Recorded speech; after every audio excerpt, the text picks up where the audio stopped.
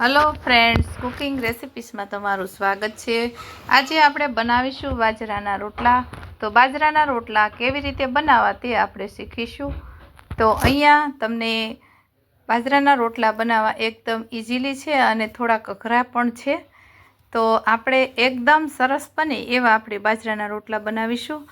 તો અહીંયા મેં અડધો કપ જેટલું પાણી એડ કર્યું છે, તેમાં નમક એડ કર્યું છે અને આપણે થોડોક એવો લોટ, એક રોટલાનો થાય એટલો લોટ છે બાજરીનો, એ મેં અહીંયા એડ કર્યો છે।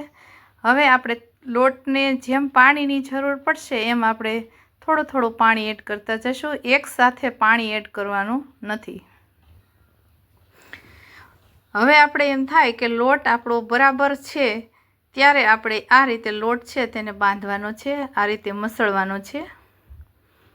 તો લોટ જેમ મસળેલો હશે તો તમારો બાજરાનો રોટલો છે તે એકદમ સરસ એવો બનશે અને રોટલો છે તે તિરાડો નહીં પડે બનાવતી વખતે। તો આ લોટ બાંધવાની જ એક ખૂબી છે। લોટ સારો હશે તો રોટલો ફૂલી અને દડા જેવો પણ થશે અને જે તિરાડ પડે છે તે પણ નહીં પડે।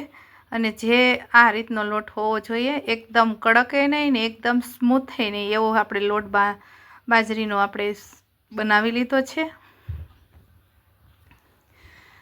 તો હવે થોડોક એવો લોટ આપણે રાખી દીધો છે સાઈડમાં અને હવે આપણે એને આ રીતે બનાવવાનું ચાલુ કરીશું। તો આ રીતે મેં ગોળ ગોળ આ રીતે તમારે ફેરવવાનું છે। તો તમે જોઈ શકો છો આપણો શેપ આવી ગયો છે રોટલાનો અને હવે એમાં થોડુંક એવું પાણી એડ કર્યું છે અને આપણે આ રીતે બે હાથની મદદથી આ રીતે ટીપી લેશું।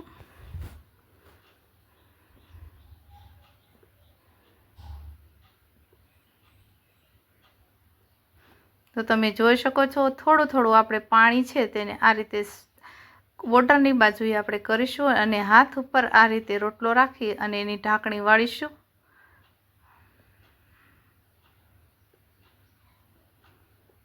તો તમે જોઈ શકો છો આપણો લોટ એકદમ સરસ એવો બંધાઈને રેડી થઈ ગયો છે અને લોટ પણ એક પણ તિરાડ નથી, તમે જોઈ શકો છો રોટલામાં।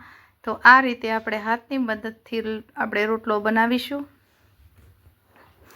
આ રોટલો બનાવવો એકદમ ઇઝીલી અને સહેલો છે અને થોડોક અઘરો પણ છે, જેને ન આવડતા હોય તેને અઘરો લાગે છે। અને અહીંયા તાવડી મેં મૂકી દીધી છે, તે પણ ગરમ થઈ ગઈ છે। આપણે તાવડીના માપનો જ રોટલો બનાવ્યો છે, મોટો પણ બનાવી શકો છો, પણ અહીંયા આપણે જે તાવડીનું માપ છે તેને આપણે બનાવીશું। હવે અહીંયા તાવડી ગરમ થાય પછી જ આપણે જે ટીપેલો રોટલો છે તેને એડ કરવાનો છે। તો તમે જોઈ શકો છો એક સાઈડ આપણો જે રોટલો છે તે શેકાઈ ગયો છે। હવે આપણે એની સાઈડ ફેરવશું।